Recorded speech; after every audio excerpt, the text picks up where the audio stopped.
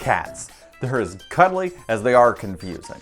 They come in all sorts of shapes, sizes, colors, fur styles, catitudes, and volumes. We know we love them, but we don't know if they love us. If only there was a way to break down their language and see what they're talking about. Well, through observation, maybe we can.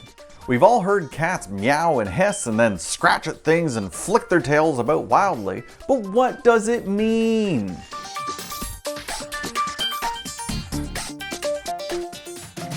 Hi explorers! Today we're going to be diving into the cuddly world of kitties to figure out what's going on in their minds.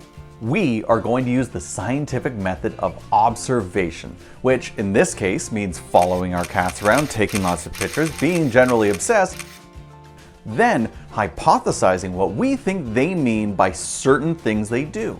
A hypothesis boils down to a guess, sometimes an educated one. You're trying to take something you observe and put it into a statement to explain what's happening. Sometimes you're right, other times you're wrong, but that's okay. You change your hypothesis and you observe again to see if you're right. Science! Science! The first thing to know is that cats speak mostly with their bodies. Have you ever heard two cats meow at each other? It's not actually how they talk. Cats meow because we talk to them, but they think they can talk back, which isn't very helpful because we don't understand. It's actually by observing their behaviors and how they act that we can figure out what they're thinking.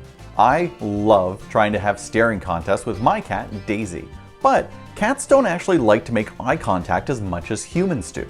This is because, for them, staring is reserved for hunting and defending. Like when a big dog comes around, or when they're watching birds in the yard, your cat might get low to the ground and keep eye contact. That way, it can't lose track of them. When your cat winks or blinks, it actually means something very different from when we do it.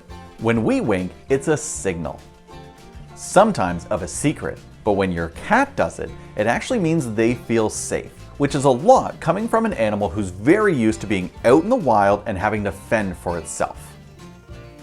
Cats have a lot of telltale signs that they're hunting, even if it's just for a treat or a toy.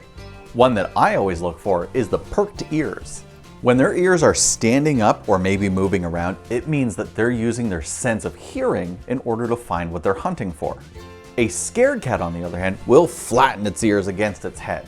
This is because cats often bite each other's ears during fights. Even the winner will usually have a nibble or two missing.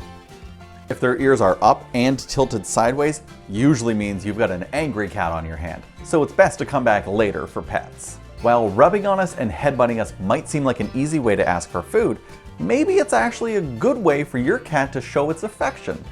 This is their way of sharing their scent with us, marking us as part of their family. I know Daisy loves to headbutt me at 3 in the morning, so I really hope it's her way of saying, "You're family and I love you," and not just, "I'm hungry, please wake up." Have you ever seen your kitty cat curled up in a shape on the floor? We call these cat circles. Whether it's a curled up power cable, toys, clothes, or the bottom of a chair, cats are strangely attracted to what we call cat circles. And while they're called circles, it really extends to any enclosed shape on the floor.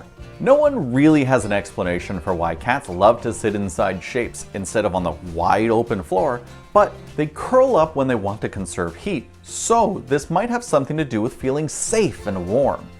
I don't know about you, but I'm gonna need a serious vacuum to get all the hair out of my clothes after crawling around on the floor following Daisy for a few days.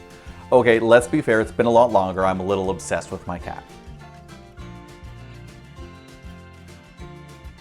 Using observation is a good way to try to figure out what our furry friends are thinking, unless we can figure out how to speak their language. For more observations about the world around us, subscribe to Clayton's Exploration Station on YouTube and social media. And you can check out our website for experiments and more at explorationstation.net. Now go cuddle a furry friend and you stay curious out there, explorers. Clayton's Exploration Station.